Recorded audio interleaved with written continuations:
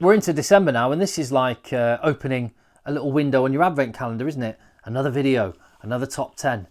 Tim with his player power rankings on Egg Chasers. Thank you very much for watching. If you haven't already, I really hope I earn your subscription. It'd mean a lot if you get value from the channel. Consider hitting subscribe. I'd love it if you would. Give the video a thumbs up. Tell me what you think about these then. So I've separated the locks because it was pointed out in the comments. There's, you know, you can't do a top 10 when there's 2 people in that position. So previously I've only done a top 10 for second row, but I'm now separating them. And as I mentioned on the video with the tight head lock, I've tried to separate them into that classic number 4 and classic number 5, the different styles, but sometimes there will always be players that kind of are in between or can do both. So I've tried to separate them as best I can. But hey, gives us more to talk about in the comments. The top 10 for the loose head lock, the classic number 5. And at number 10, I've gone for Nick Frost, one of the newer players to international rugby.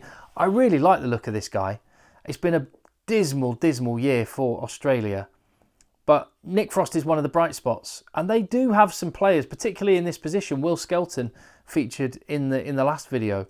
Go and check that one out in the channel if you haven't. The whole front row is there, and the rest of the front 5 is there besides this position. So go and check that out. But Nick Frost is like I say, 24 at the Brumbies. His debut last year, and he's made a big impact since he's been there. 6'9". He's a rangy runner, and he, I think, will probably take the mantle fairly soon, perhaps, from this guy, Richie Arnold, who I've got at number 9. Again, I like the cut of his jib. He's brilliant for Toulouse. I've seen a lot of him there. And because Australia were not playing very well, haven't seen the best of him there, but you haven't seen the best of really any Australian in the last year. So I've taken that one with a grain of salt and judged it on what I've seen overall. And I think Richie Arnold is a real talented guy and another massive man. 6'10" of him at number 9. At number 8, Federico Ruzza, who, again, talk about dismal years. What a horrendous World Cup it was for Italy. But Federico Ruzza, in recent times, has been a real bright spark for Italy in what's been a developing team. He's closing in on 50 caps now, plays at Benetton, and when he plays international rugby, he is just all action. And they get him hands on the ball a lot. And with the attacking style of rugby that Italy try and play, Federico Ruzza is made for it. He's a real talent. And at 29, he's got, you would think, his best years still to come. Number 7, Cameron Woki. Now, this is one of those times where I've classified him as a loose head lock, but you could look at him the other way because during the World Cup, he was playing that more enforcer type role for France. But I don't think that's where you get the best out of Cameron Woki. I think he is best in this role. And because of the injury to Paul Willems, he was having to be slotted in a position that doesn't get the very best out of him. He is an athletic guy. When he's in the wide channels, he can run, he can offload. And he's a young man. He's 25 years of age. He's got a lot of rugby left in him for club. He's at Racing 92, where there's a load of superstars there. And for his country, France, and you know he'll be part of that French team. They've got a young age profile to the team. He is definitely part of the side that will be wanting to kick on and put right the quarter-final exit that we just saw a month or so ago. At number 6, I can't believe Maro Itoje is at number 6 in a list. It shouldn't be happening, but it has to, just on merit. That's where he is right now. He is one of those guys, he can do the tight headlock job. But Maro Itoje has got such a range of skills, such ability, that I think he fits this role better. He's a guy that's, well, he's done everything but win a World Cup. And he got very close to that, being a finalist. Lost in the semi-final narrowly. And we saw the very best of him when he played against South Africa. He was a menace. We just have not seen that nearly enough in recent years.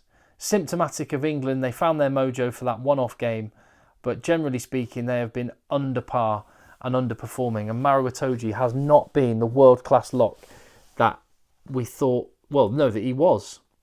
I think he will get back there. It's interesting, his contract at Saracens is looking like it's coming to an end, and so he's in the shop window, and we've started to see some very, very good performances from him.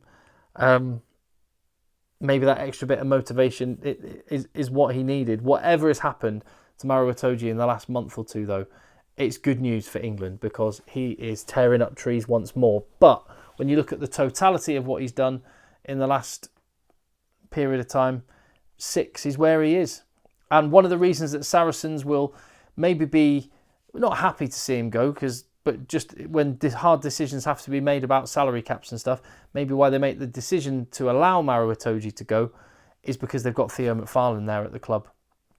And he's above, in my estimation right now, he is above Maro Itoje on this list because he had a sensational Rugby World Cup, a late bloomer to rugby. He's 28 years of age now, but he's still a relative newcomer. He got plucked from the Dallas Jackals in Major League Rugby by Saracens. Whoever spotted him and brought him over, fair play. But Saracens have got form on developing raw talents. They did it with Will Skelton. Part of the reason he is the world-class player he is right now is because of the work the Saracens did. And they've done it again with Theo McFarland. What a player. Absolute baller. And just handling skills, rangy runner, offloads. Just an incredible athlete who can play in the back row as well as that second row. For Samoa, he's a massive, massive asset. And at Club Rugby, one of the most exciting in the game right now. Into the top 4 then, Franco Moer. He's another double World Cup winner. 33 years young, playing in Japan, Honda Heat, they're called, aren't they?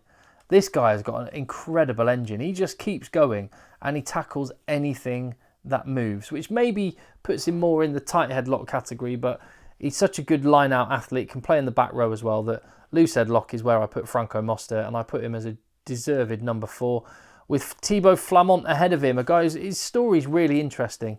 He's now established as the best player in his position for France. One of the best players in his position in the world, as you can see from the number 3 that I've given him. Still only 26 years young.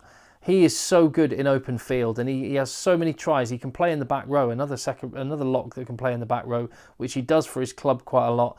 His support lines are incredible. He's got a great try-scoring record, and he's made it to France via Belgium, England, where he played university rugby before being spotted by Wasps, and now there he is, almost on top of the world, but still in this position behind Scott Barrett, another guy who can kind of do it all.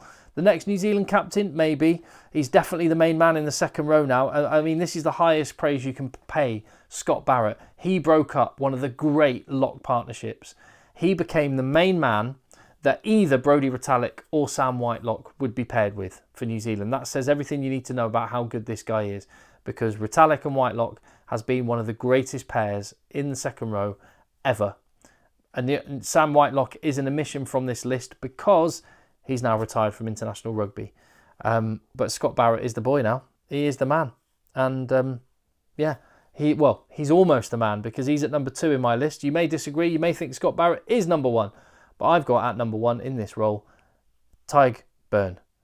What a player. Just, he's titanium. He's just solid. He's unmovable. Whether he's jackling, whether he's a line-out forward, whether he's tackling, whether he's running, he can do deft offloads and he can smash someone. You just love to have this guy in your team. And he never, ever stops. He has been sensational for a few years now. And he will be for a few years more. He is 31 years of age. And he is, in my opinion, the best loose headlock on earth. Which means that he and Eben Etzebeth would be my dream lock partnership in World Rugby right now. With, yeah, I'll go along with that. I'd be very happy with that. Thank you very much. There is the top 10 for the loose headlock that I've picked. And, yeah. No change in the top 3. Moer and McFarland jumping over Itoje, and Woki and Ruzza and Nick Frost newbies into the 10 as well. That's very handy. Happy with that. Tell me what you think about the top 10 though, because there are players I've missed out. Chris Vui for Samoa, Adam Beard for Wales, Naisila Silla for Fiji as well. Maybe others. Average age of 28.8, so slightly younger than the tight headlock position, which I guess makes a bit of sense. Because it's the massive brutes that wear 4 and the big athletes that tend to wear 5. That's how it's panned out, at least in my list. Tell me what you think. Let me know in the channel. That's what the comments are there for. Hit subscribe, give the video a thumbs up, and I will see you on the next one when we're in to the back row.